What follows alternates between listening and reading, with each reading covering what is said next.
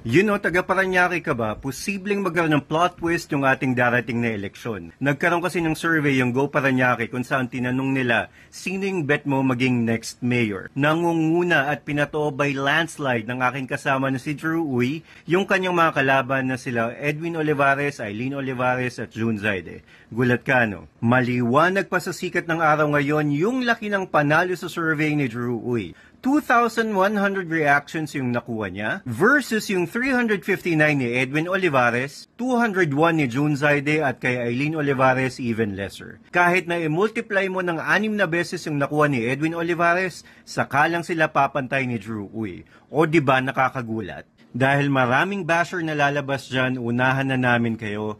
Wala po kaming pera para mag-hire ng troll army. Lahat po yan totoong tao. Inahamon namin kayo. Kahit isa-isahin nyo pa, wala kaming makinarya, wala kaming pambayad sa aming staff. Lahat yan volunteers. I-recap ko lang po yung challenge sa mga hater namin. Kahit isa-isahin nyo pa yung nag-react dyan, i-message nyo. Kahit yung mga nag-comment, patunayan nyo hindi sila totoong tao. We're up to the challenge. Kasi nga alam namin na these are genuine Parañaqueños na gusto lang ng konting pagbabago sa ating lokal na politika. Alam din namin na hindi ito yung totoong panalo, malayo pa, pero very encouraging na marami nagtitiwala sa aming independent candidates kagaya ni Drew at kagaya ko. Salamat po sa inyong suporta. Ako si Eric Martinez, tumatakbo din bilang kandidato, bilang konsehal dito sa District 1. Maraming salamat, mabuhay ang Parañaque.